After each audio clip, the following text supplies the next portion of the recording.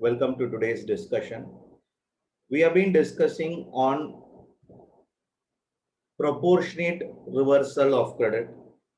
If a business has both taxable and exempted supply for the purpose of goods, more specifically for the purpose of input and input services, how proportionate ITC need to be determined was discussed by us in our earlier session. At the fag end of the session, we went to a very important discussion of determination of value of exempted supply. Let me get into that portion and then we can move forward towards our discussion for the day. What do we mean by value of exempted supply? Sir, the exempted supply of goods, exempted supply of services dealt by the organization is treated as value of exempted supply.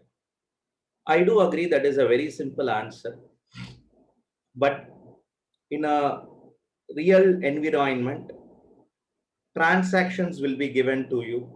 You should be in a position to determine whether this is included in value of exempted supply, whether this is not included in value of exempted supply. So maybe I expect an exam question on that count itself, where they don't give much weightage to the common credits and they themselves give this is the common credit. These are all the total supply made by the organization. Now you determine how much to be reversed. In that case, the question gets its weightage on its transaction. Determination of E and F becomes important. To the contrary, they will give E and F, but gives these are all the total credits. Something is 17.5, something is personal, something is qua. I mean, something is partly personal, partly for other than personal purposes. So those information will be given. That is another stream of problem. Maybe the other stream of problem on the last session we did. Now we will take up altogether a different problem. Before that, a small recap of 17.3. For the purpose of this section 17.2, the value of exempted supply shall include all those goods, all those services which are not liable to GST. In other words, all those goods that are exempted from GST forms part of all those goods that are exempted from GST forms part of the value of exempted supply. All those goods exempted from GST forms part of value of exempted supply. Just give me a minute now.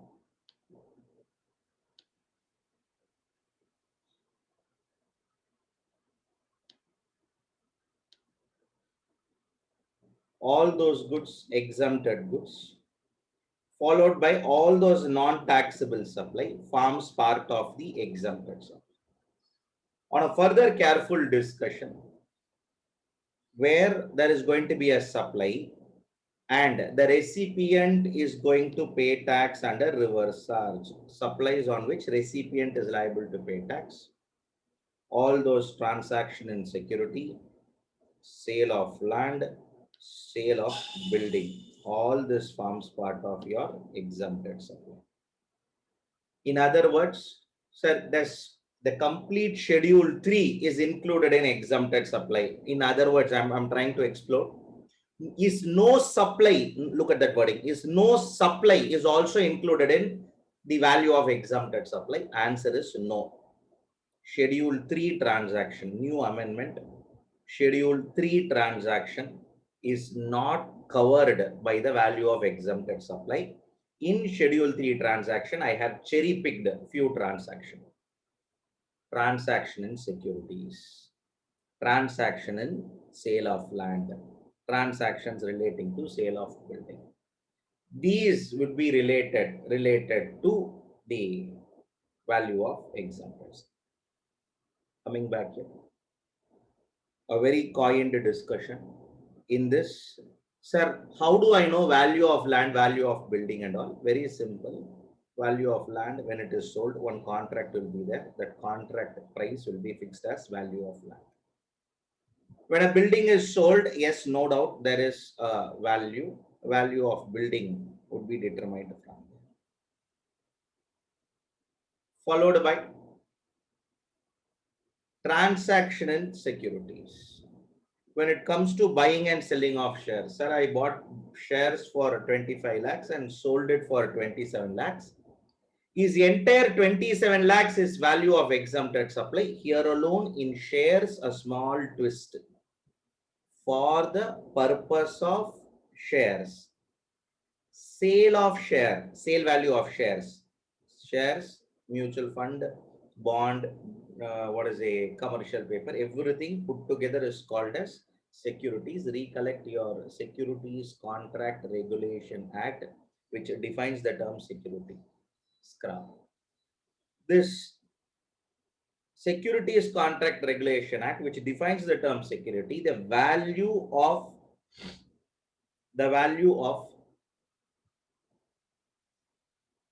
securities for the purpose of this section is sale value of securities into 1%. Let me repeat. Sale value of securities into 1%. If for 35 lakhs that they have sold shares, then the value of exempted supply for this reversal under section 17(3), the value will be, transaction value of securities will be 1%. Sir, where it is told? Way back later in your rule 45. Below in one of the explanation, they have mentioned in case for the value of exempted supply, in case if it is a land, the contract price. If it is a building, again, the contract price. If it is going to be securities, then sale price into 1%. It's not the purchase price. Let me be very clear. Sale price into 1%. It is not the profit. Many times, I'm sure you all will agree with me from a business perspective, profit on sale of share. That is what will be credited to P&L account. Sir, do I need to consider that entire profit? No, we are very clear. Sale into 1%. What is the sale value of securities? That sale value of securities into 1%. That profit might come from one transaction. Profit might come from multiple transactions. We don't know about that. But for this purpose, a specific term which is being valued specifically for a particular purpose, it will be done like this one. So that sums up our discussion on determination of value of exempted supply. At this moment, maybe what we would do is we would take up a problem. Just give me a moment.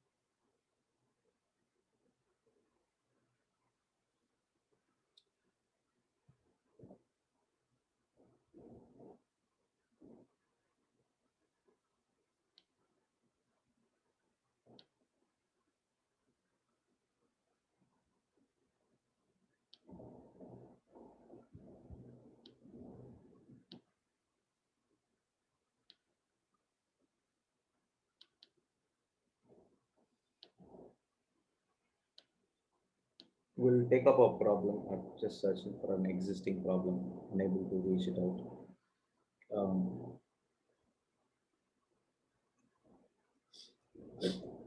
a company gives the following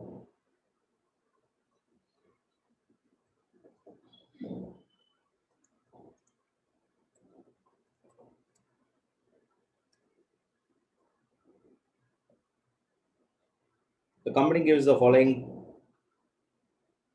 supplies made by them during the tax period. We have a few list of supplies to start with.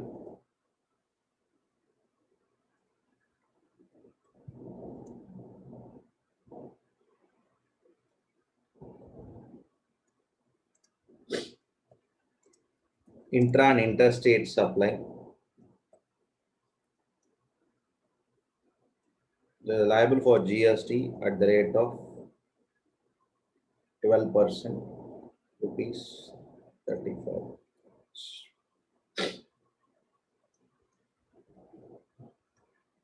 Export of goods,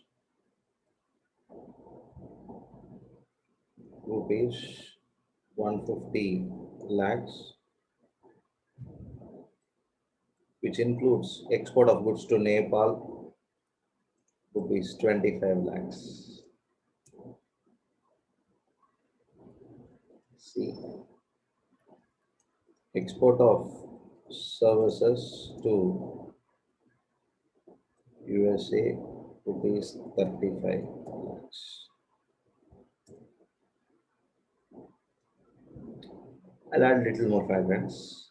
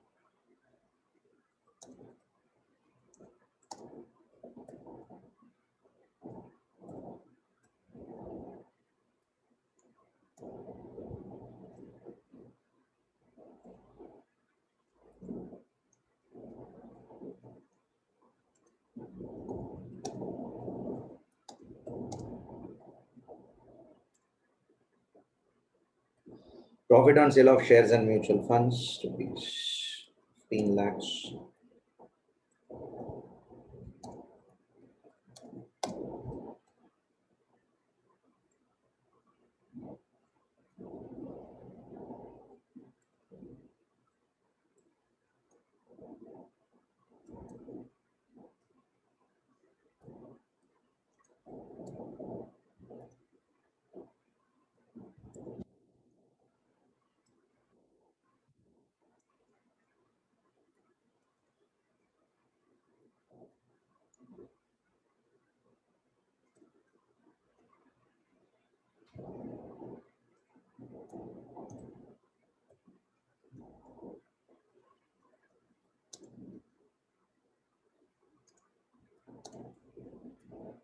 Interest received on fixed deposits.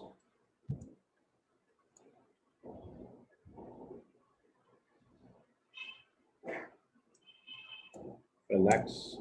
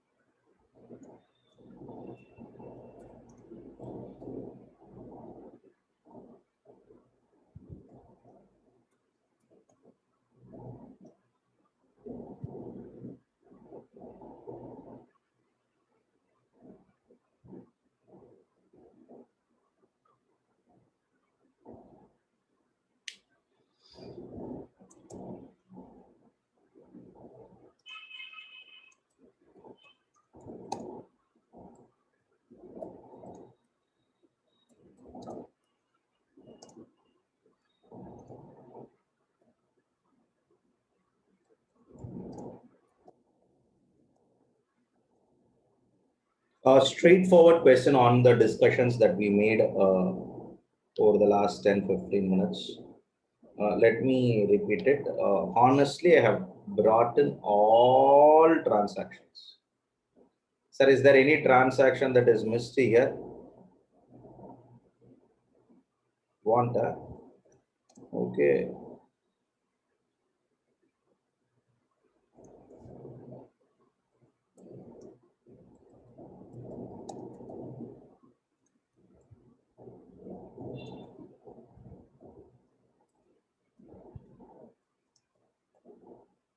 This is a pakka credit side of a P&L account. Look from that perspective.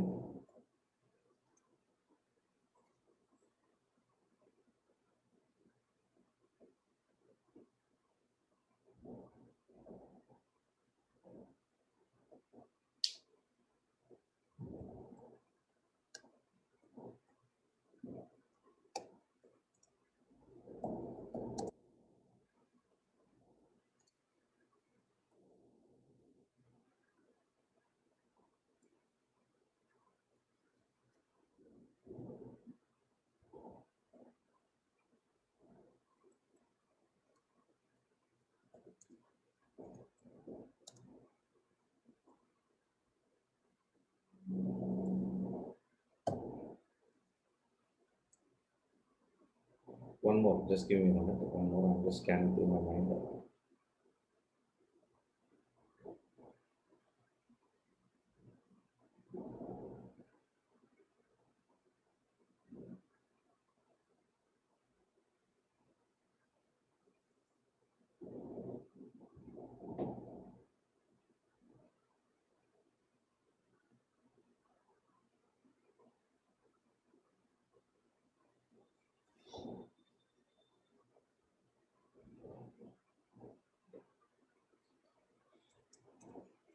We'll stop at this level, otherwise it will be keep on going.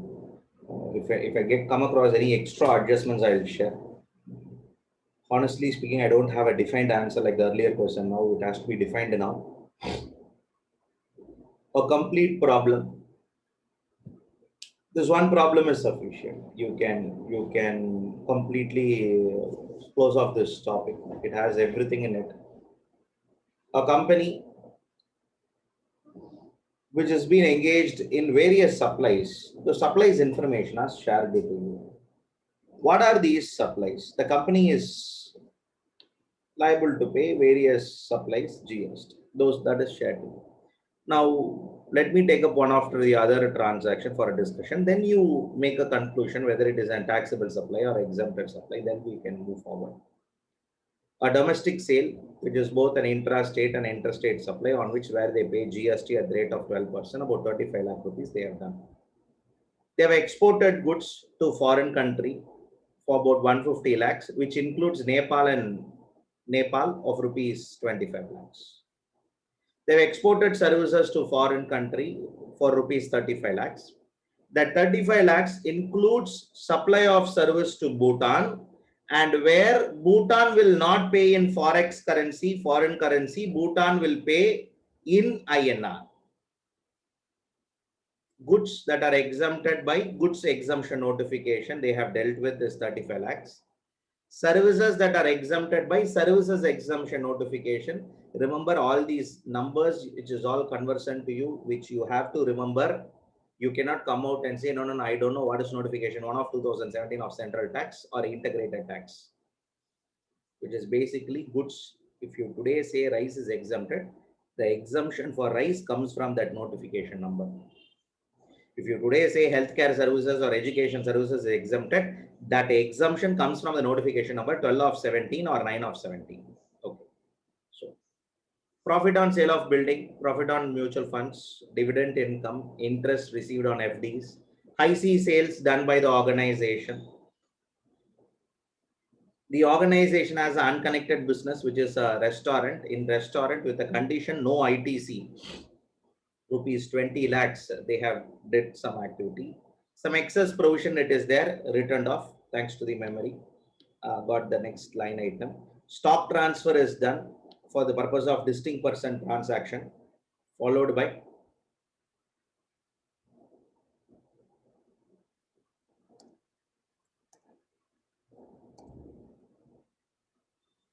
one minute. Excess provision for income tax.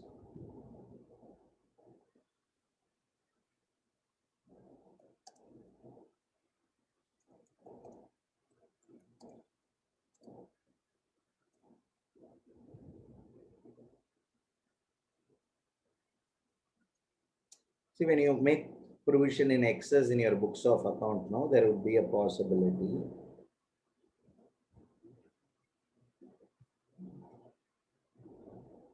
Okay, yeah, that's all. Sorry, I will not bother you. People who are all having little exposure have the opportunity to see some of the say schedules, subschedules, subschedules. What we see in all the listed company balance sheets is only the schedule. Below that schedule, there is a subschedule, which is generally known to at the statutory auditor level. Maybe a statutory auditor sometimes goes below subschedule to subschedule. But at a executing level, at a corporate finance level, somebody who's from the management and preparing the balance sheet, they will have below the subschedule one subschedule. Below that subschedule, they'll have subschedule, three subs schedule, and then the original entry. So original entry to subschedule, there to subschedule, then to subschedule. At a statutory auditor level, only a subschedule is known to a statutory auditor because it's consolidation of about 10 units trial balance comes to an individual as one. So think in that environment. Let's do one problem and close it. No charm in doing variety of problems. All transaction, mark my word, every transaction I brought in excess provision for income tax, which is now written back because they thought they are liable to pay income tax of 45 lakhs and make a provision in the books of account. But what comes up during the September is because of change in taxation rates, all that stuff and all, their provision need to be written back. It get reduced. When it gets reduced, the only way I can do is credit back to my P&L account. Yes. Or reverse the provision. Again, it's a kind of a credit. When you put it into your balance sheet, in a form, of course, it will get reported in a different place, but it is a kind of reversal. In a regular T form balance sheet, for a minute, forget the Schedule 3 balance sheet. The regular T form balance sheet, it becomes a credit. Quick. Yes. So you want us to do what? Take a transaction A, decide whether it is an exempted supply or not. Take a transaction B, decide whether it is an exempted supply or not. Take a transaction C and decide whether it is an exempted supply or not. D, E, F, G, H, I, J. If it is an exempted supply, what is the value? Let me repeat. If it is an exempted supply, what is the value? That will be your question. Your time starts now. 7 minutes, I'll grant. Mark my word, it is possible. I want a lot of you to come up and complete it. Okay. Once you sum up, you can arrive a last entry. Of course, aggregating it is not important, but again, if you aggregate it, you'll get a better understanding. That's all. Yes. Kindly proceed. Yes. Yes. Yes. Yes. Yes. Yes. We have another version of this question, which will be a question B that we will take it up subsequently. Quick. Quick, one of the important area. I personally expect a problem in this attempt, this question. How, sir? Why, sir? Amendment, a very recent amendment. So there's a possibility, high possibility of being tested in exam.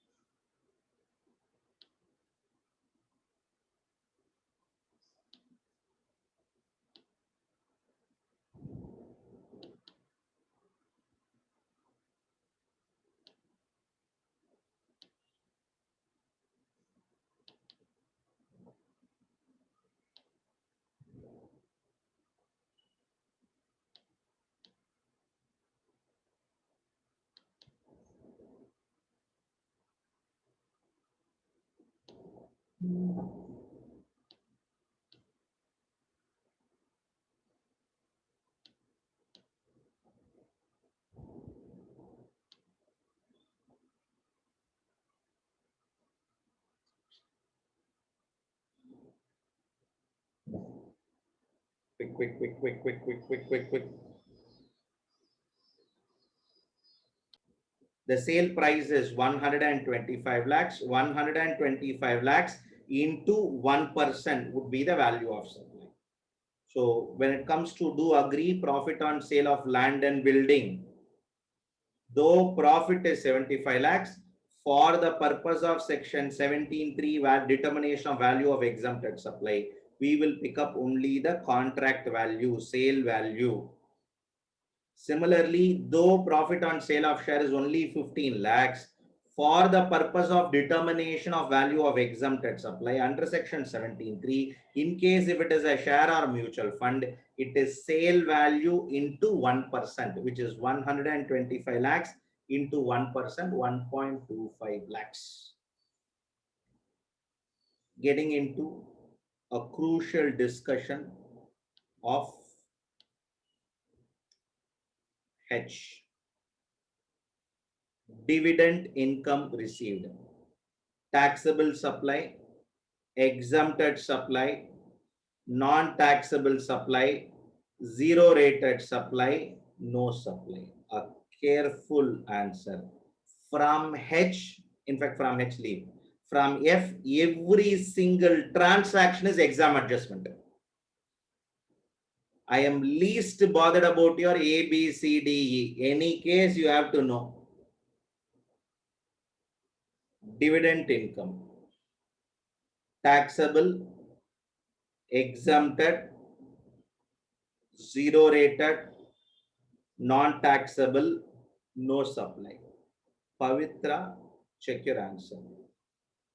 I don't know, Pavitra, how you split it 10 and 2 lakhs. I'm little curious to know that. Vishnu Prasad, check your answer. Vishnu Prasad, check your answer. Hari Prakash, check your answer. Janani, check your answer.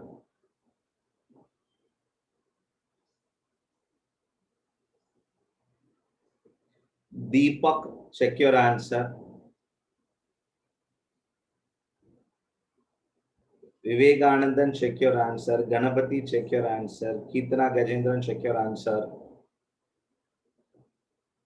ரொம்ப டஃபா sir dividend income. ஆமா. Deepak, check your answer. Sir நான் என்ன எழுதினாலும் check பண்ண சொல்றீங்க. அப்போ இதெல்லாம் rule out பண்ணிட்டா கடைசியா ஒரு பாசிபிலிட்டிக்கு வருவோம்ல. Ambika, if this is your revised answer, if it is, then yes. Hari Prakash, this answer also no. Kirtana Gajendran, revised answer is right. Pavitra, revised answer is right. No supply. No supply.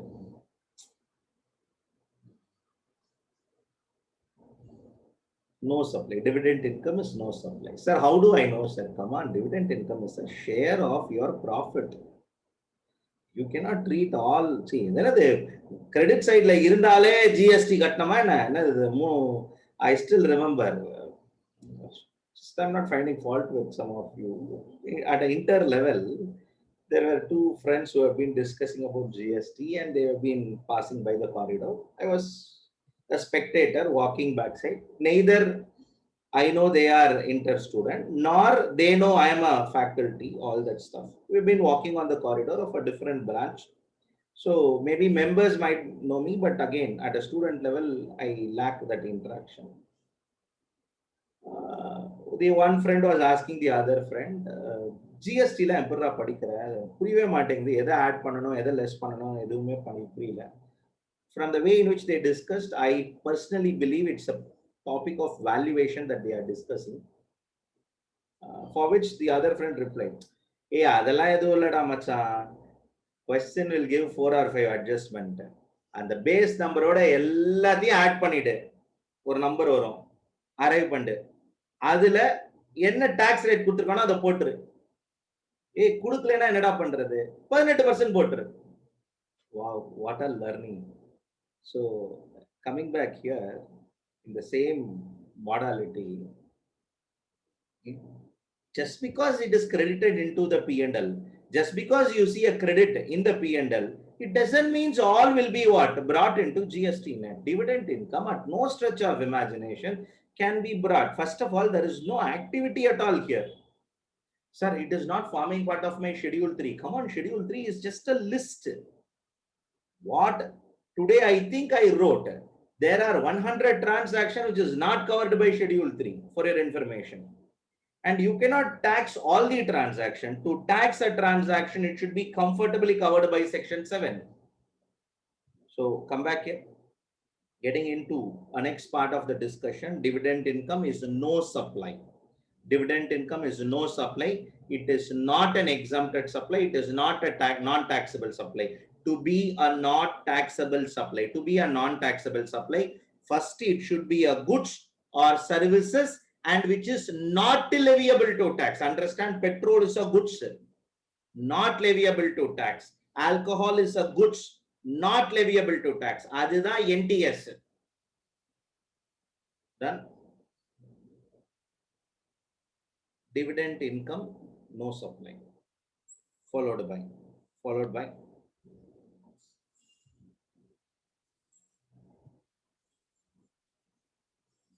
the no supply is from a general understanding, Ganapati, not from this section. It's a general understanding. Dividend income is no supply. Only for this section understanding is your sale of land and securities. This section understanding. Land, building, securities is this section understanding. Land building securities is this section understanding. Rest all is automatic, regular understanding. Dividend income நீங்க எப்போ கேட்டீங்கனாலும் no supply தான். இந்த செக்ஷனுக்காக ஏதாவது ஸ்பெஷலா சொல்றீங்களா? இந்த செக்ஷனுக்காக நாங்க கை வைக்கிறதே 3 தான். Land, building and your what is it? Land, building, securities. That's followed by I. Yes. I. What it is? Interest received on fixed deposit. Haripriya Mohan, check your answer. Taxable supply, exempted supply, zero rated supply, non-taxable supply, no supply. Actually, interest received answer correct சொல்றது பெரிய விஷயம். Sangamitra, check your answer. Whoever answered till now, if I not called your name, then all the answers are right. Because a lot of you are all answering. Sai Subramaniam, check your answer. Janani, check your answer. Vaishnavi Krishnan, check your answer. Kitna Gajendran, check your answer. இது கொஞ்சம் strike ஆகணும். Vishnu Prasad, check your answer. It's an exempted supply.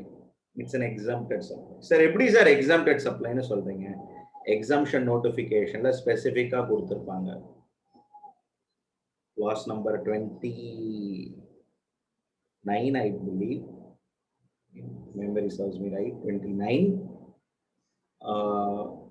Interest received on deposits, interest received on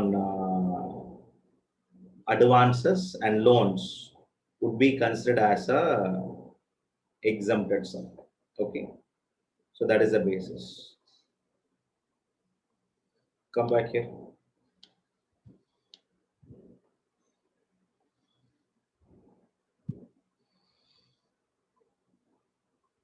J, high C sale.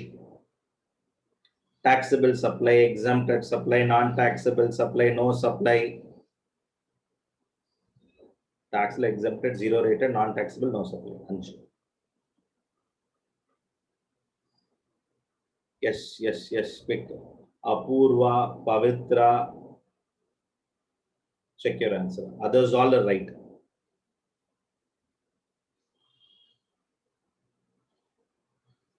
Ganapati, check your answer. ஒரே ஒரு நிமிஷம் யோசிச்சு பாருங்க. ஐயோ, Vaishnavi Krishnan, check your answer. Vaishnavi Krishnan, check your answer. IC sale, a sale that happens by transfer of document title to goods.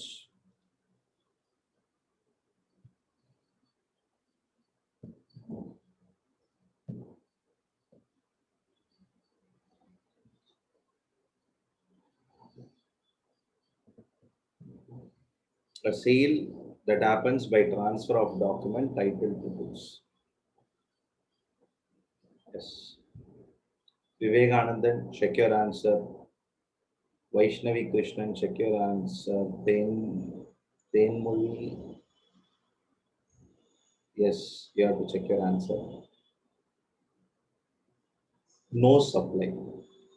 The amendment padichome, Schedule 3, transfer of document title to goods. The ship would have been started from that country. Here, the original importer will sell the documents to another person. That another person will go and clear the goods from customs. Any transfer of document title to goods when the consignment is in movement would be treated as a no supply Schedule 3 transaction. Refer back.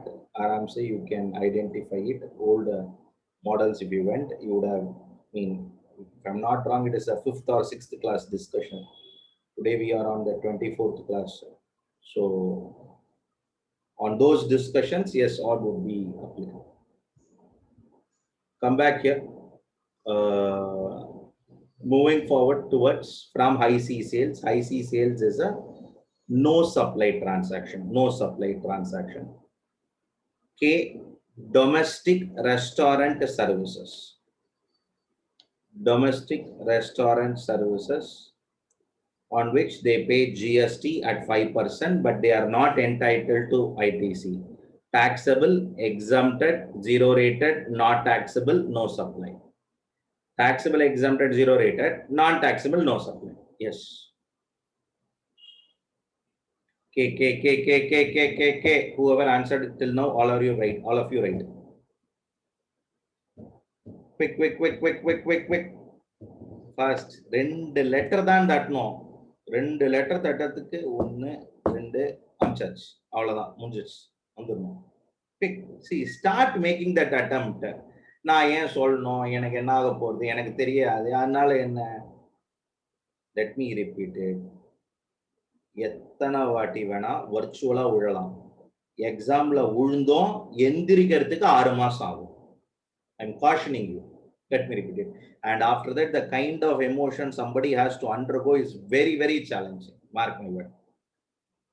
வெளிலேந்து பேசுறதுக்கு மட்டும்தான் easy இது. That too at a particular age, we are not allowed to commit certain mistakes. That's all I can share. Your failure,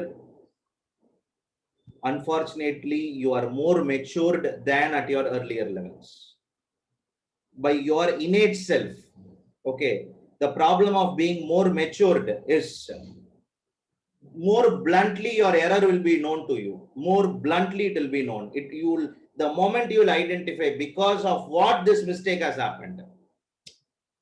உங்களுக்கே கண்ணு முன்னாடி வந்து தெரியணும், அது மாதிரி தெரியும். This mistake is because of this. It would be very, very, very challenging. See, this is not a composition levy scheme. Let me repeat, it is not a composition levy scheme. They run a domestic restaurant. Even for domestic restaurants, normal rate of tax itself is 5%, where they are not supposed to collect tax. So then what is the charm in between composition levy and normal levy? From a restaurant perspective, there is no charm in between composition and normal levy. Composition, don't collect 5% tax from customer, but you pay 5% to government. Normal levy, you are allowed to collect from customers. That's the only difference. Beyond that, nothing great here. It would be treated as a taxable supply. A GST at the rate of 5% is paid. No ITC and all, has a reference for the rate of tax. Absolutely here, no issue. Followed by the transaction I. Transaction I. No, not I. Transaction L. Yes. Excess provision is returned back, rupees 10 lakhs. Rupees 10 lakhs of excess provision is returned back. Quick. Taxable supply, exempted supply, non-taxable supply, zero rated supply, no supply. Abba. எல்லாருக்கும் புரிய ஆரம்பிச்சிருச்சு. எல்லாரும் கரெக்டா answer பண்றாங்க. Okay.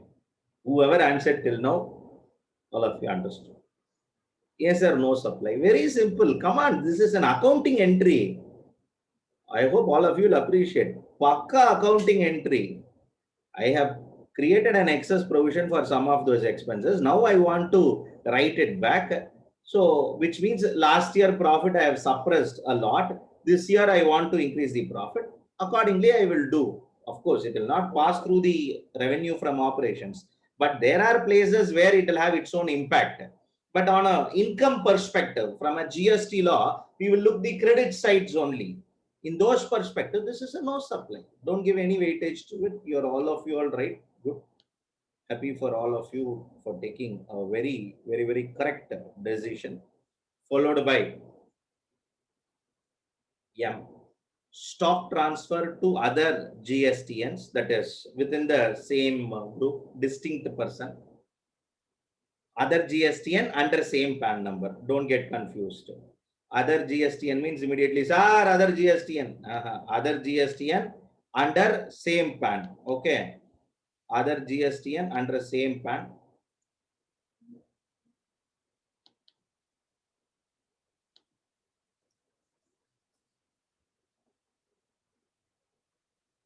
other GST and under the same PAN, will it be treated as a taxable supply, exempted supply, zero rated supply, non-taxable supply?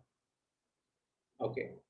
It would be treated as a taxable supply. Nothing great. Distinct person, you charge GST, it would be treated at par with your taxable supply. Again, question number N, little easy only. We have already discussed. Nothing great about N. N will be once again what? Taxable, exempted, zero rated, non-taxable, no supply. N no supply, sir. N means no supply. No supply. Last question to ask. Very, very important question. Very important question. To what extent income tax will be known at this question? Interest received on refund. Interest on refund. Yes.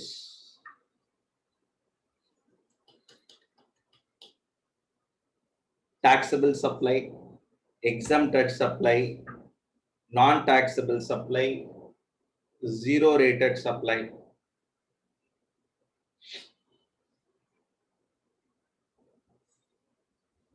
Two of you answered, both of you right. Vaishnavi and Hari Prakash, both of you are all right. Ambika, check your answer. Quick. Vishnu Prasad, correct. Quick. ஒண்ணுமே இல்ல, interest on income tax refund.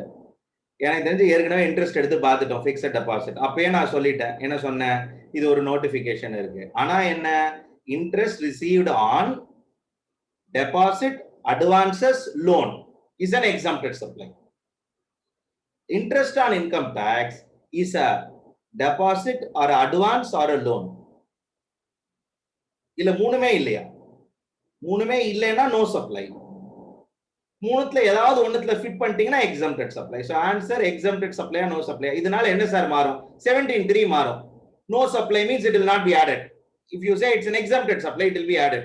Quick.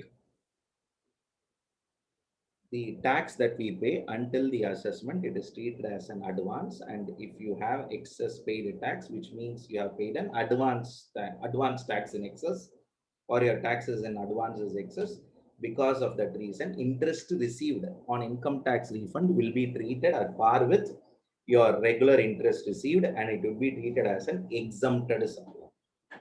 Let me repeat, it will be treated as an exempted supply. So coming back here,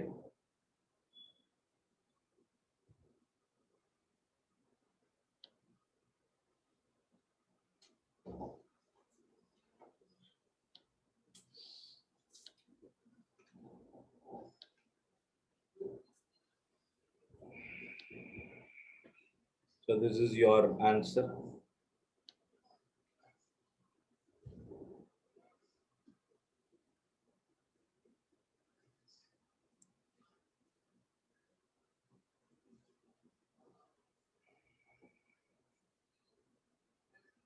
Domestic intrastate supply, interstate supply, that would be treated as your taxable supply.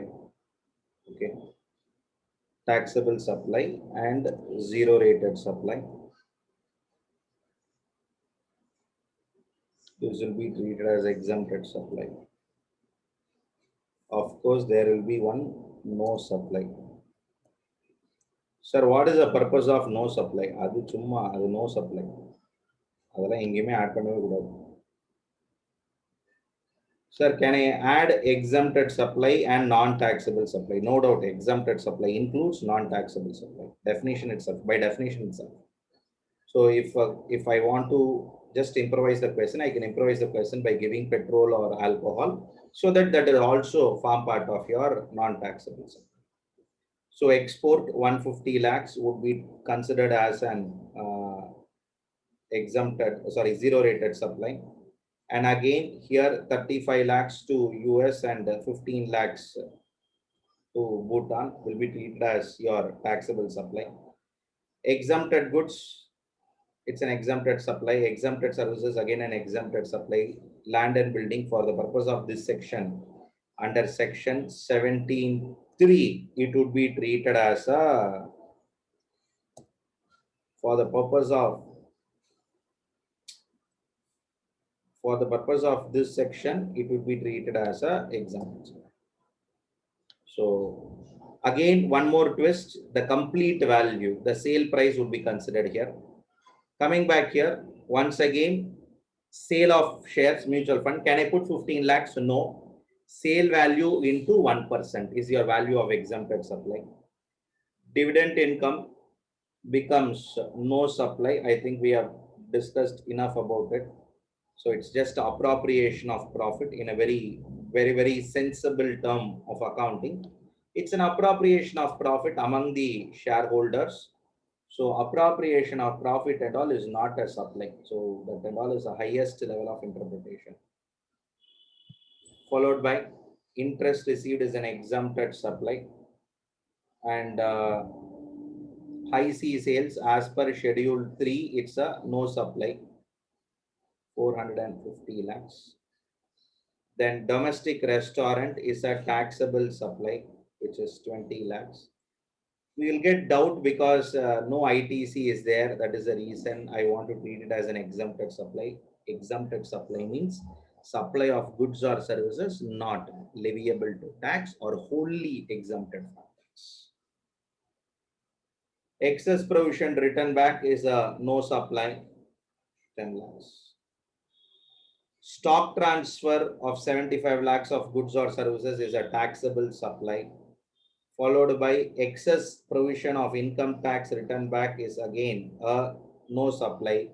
Interest received on income tax refund would be treated as an exempted supply. So this is your value of both taxable supply, exempted supply, and the total sum would be 848.25. Leave that 848.25 is irrelevant number.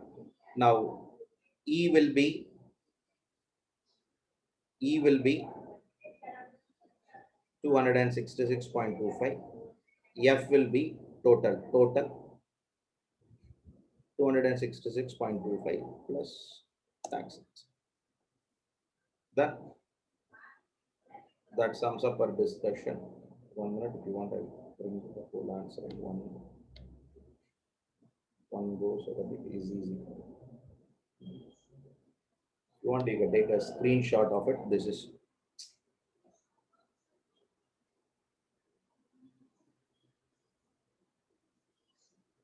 your answer. That through. Can we move forward? Yes.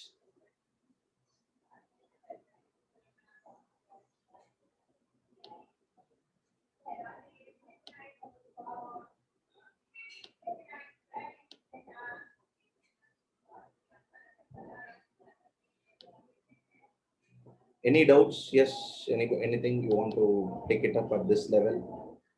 Yes. You want to discuss anything? Yes, we will take it up. You can raise your hand or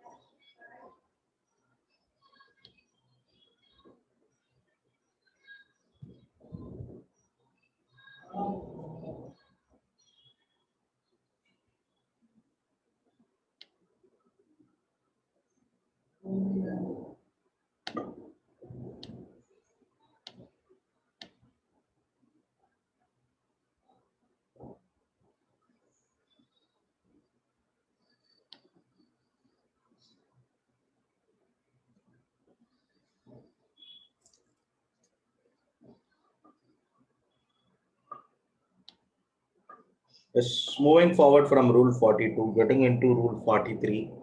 The only difference between Rule 42 and 43 is Rule 42 discuss about only input and input services. Rule 43 discuss about only capital goods.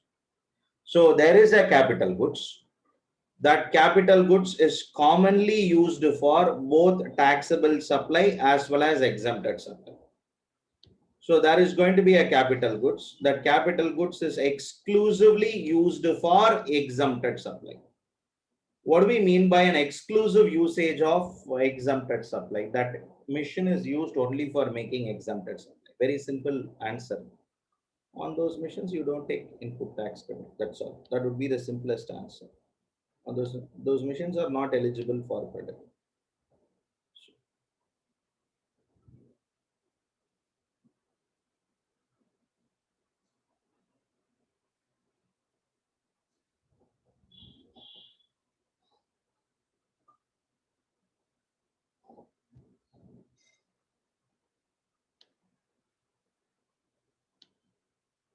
Those machines are not eligible for credit. Okay. So it is exclusively used for business purpose. So capital goods exclusively used for a business purpose. All those capital goods exclusively used for other than business purpose, ITC not eligible. All those capital goods exclusively used for exempted supply, ITC not eligible. Rest all credits can be claimed. Sir, I'm unable to understand what is that exclusively used for other than business purpose. The examples sometimes look little awkward. That is how the real life situations are. Um, it is a manufacturing company. The manufacturing company is stationed at about 30 kilometers away from the city. The promoter who has been developed this company over the last 35 years, starting from zero to a level. Just give me a minute.